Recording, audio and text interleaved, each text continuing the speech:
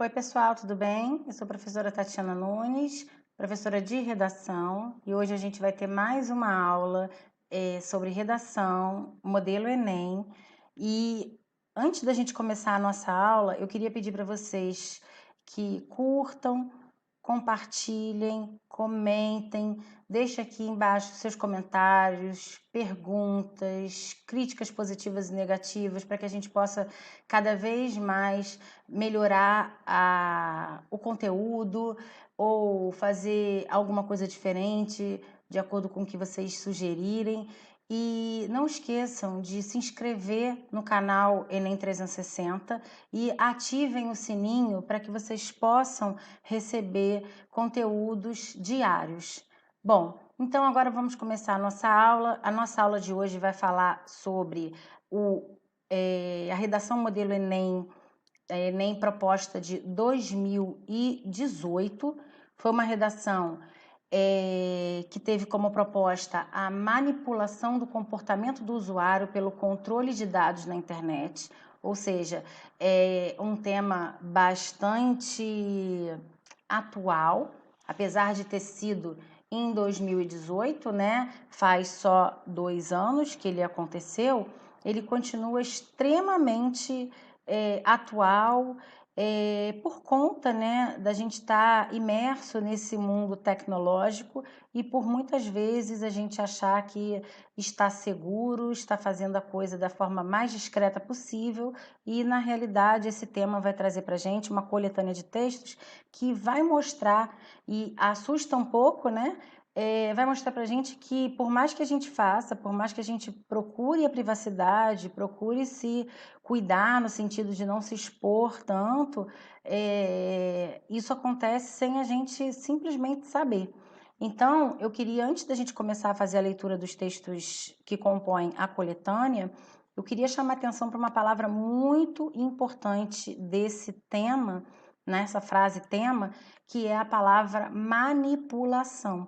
A gente vai, ao longo da leitura dos textos, observar essa palavra como sendo realmente uma palavra-chave do conteúdo da proposta. Vamos lá então, gente. O primeiro texto, ele diz o seguinte: às segundas-feiras pela manhã, os usuários de um serviço de música digital recebem uma lista personalizada de músicas que lhes permite descobrir novidades. Assim, como os sistemas de outros aplicativos e redes sociais, este cérebro artificial consegue traçar um retrato automatizado do gosto de seus assinantes e constrói uma máquina de sugestões que não costuma falhar. Olha que interessante, né? Interessante é uma forma de falar, na verdade é até um pouco assustador, porque o usuário ele recebe em função, né, da produção de um algoritmo que permite que se tracem perfis dos usuários e se apresentem, sejam oferecidos produtos que os agradem, né, de forma individual. Bom, o sistema se baseia em um algoritmo cuja evolução e usos aplicativos ao consumo cultural são infinitos. De fato, plataformas de streaming de vídeo online começam a desenhar suas séries de sucesso rastreando o banco de dados gerado por todos os movimentos dos usuários para analisar o que os satisfaz. Olha que coisa assustadora, né? Se a gente parar para pensar, a gente se cuida tanto, a gente não se expõe, mas na realidade essa exposição é feita a partir do momento que você entra no mundo digital. Quando você entra no mundo digital, você abre uma porta para N infinitas formas de acesso ao seu perfil. Olha que coisa! O algoritmo constrói assim um universo cultural adequado e complacente com o gosto do consumidor, que pode avançar até chegar sempre a lugares irreconhecíveis. Dessa forma, a filtragem de informação feita pelas redes sociais ou pelos sistemas de busca pode moldar nossa maneira de pensar. E esse é o problema principal. a ilusão da liberdade de escolha que muitas vezes é gerada pelos algoritmos. Gente, a gente está diante de uma situação que se traduz na seguinte estrutura. Nós pensamos escolher coisas, nós pensamos que estamos escolhendo coisas, escolhendo produtos, fazendo escolhas de temas variados. E, no entanto, na realidade, os algoritmos são construídos para que a gente pense que está fazendo escolhas, mas na realidade isso não está acontecendo. Então é uma falsa liberdade de escolha, uma falsa privacidade, e isso de fato assusta bastante a cada um de nós, né? Bom, o texto 2 também vai falar sobre essa questão da filtragem de dados na internet e de que forma esses dados são filtrados até um certo ponto de que o produto nos chegue de acordo com o que a gente gosta, dentro dos nossos gostos pessoais. Isso, mais uma vez, traz à tona o porquê da palavra manipulação na frase tema, na proposta da redação. Bom, seguindo, nós vamos olhar no texto 3, não é um gráfico, são informações estatísticas que vão falar em relação da utilização na internet. Né? Então, vai falar sobre a questão, essas informações. Né? Esse texto traz informações estatísticas sobre faixas etárias, gêneros e finalidade de acesso à internet. Então, ele traz números que servem para que o candidato possa refletir sobre essas escolhas, esses usos e quem usa mais, qual é a faixa etária, qual o gênero, para que usa. Isso tudo nos permite, né, a leitura desse texto nos permite reflexões sobre esses perfis de usuários. Então, casa muito bem, quer dizer, ele conversa muito bem com a ideia dessa liberdade, dessa falsa liberdade de escolha que a gente tem ao ingressar no meio digital. Bom, o texto 4 fala nas mudanças, né, em relação às informações. Eu vou ler para vocês para a gente poder pensar um pouquinho sobre. Mudanças sutis nas informações às quais somos expostos podem transformar nosso comportamento. Olha que coisa interessante. As redes têm selecionado as notícias sob títulos chamativos, como Trend Topics ou critérios como relevância. Ou seja, eles elegem os Trend Topics e a gente compra, né, essa ideia. Mas nós praticamente não sabemos como isso tudo é filtrado. Quanto mais informações relevantes tivermos nas pontas dos dedos, melhor equipados estamos para tomar decisões. No entanto, surgem algumas tensões fundamentais. Entre a conveniência e a deliberação, entre o que o usuário deseja e o que é melhor para ele, e entre a transparência e o lado comercial. Ou seja, a gente está sempre diante de dois polos, que nós pensamos sempre estarmos numa situação de mando, de escolha, de autonomia, e com a leitura desses textos a gente vê que isso não é real, né? Isso é uma ilusão. Achar que a gente ingressa no mundo da tecnologia, no mundo digital, e nós temos total controle da nossa privacidade, das nossas exposições, não é verdade, é uma grande ilusão. Bom, seguindo, ele faz o resto do texto faz uma relação interessante que eu queria chamar a atenção. Quanto mais os sistemas souberem sobre você, em comparação ao que você sabe sobre eles, há mais riscos de suas escolhas se tornarem apenas uma série de reações acultucadas invisíveis. O que está em jogo não é a questão homem versus máquina, mas sim a disputa de decisão informada e obediência influenciada. Olha que interessante essa relação, né? Decisão informada, ou seja, você recebe aquela informação e você pensa que é uma decisão sua, uma escolha sua. Por outro lado, você tem a obediência influenciada, você segue aqueles padrões porque você está sendo influenciado, aliás, porque você está sendo manipulado. Olha que reflexão importante para a construção desse texto. Bom, eu trouxe para vocês um exemplo de redação nota 1000.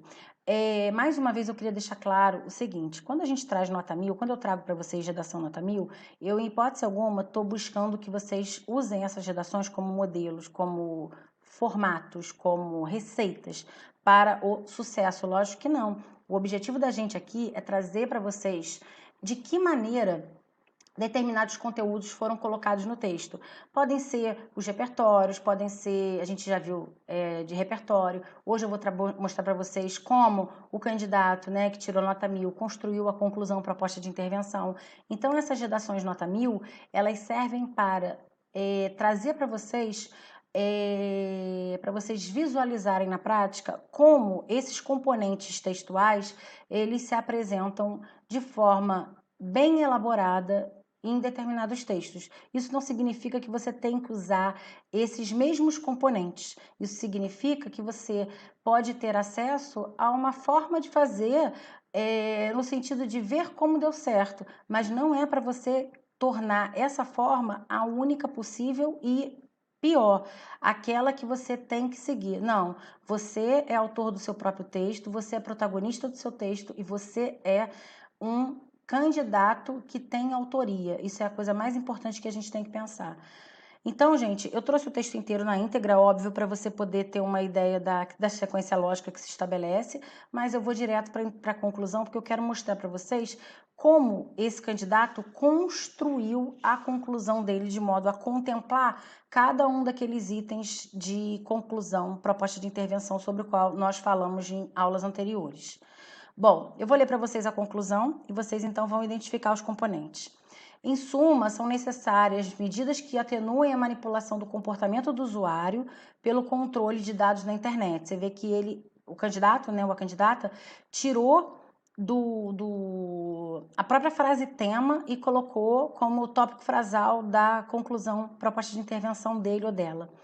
Logo, a fim de dar liberdade de escolha ao indivíduo, cabe às empresas de tecnologia solicitar a autorização para o uso dessas informações, por meio de advertências como linguagem clara, tendo em vista a linguagem técnica utilizada, atualmente por avisos do tipo.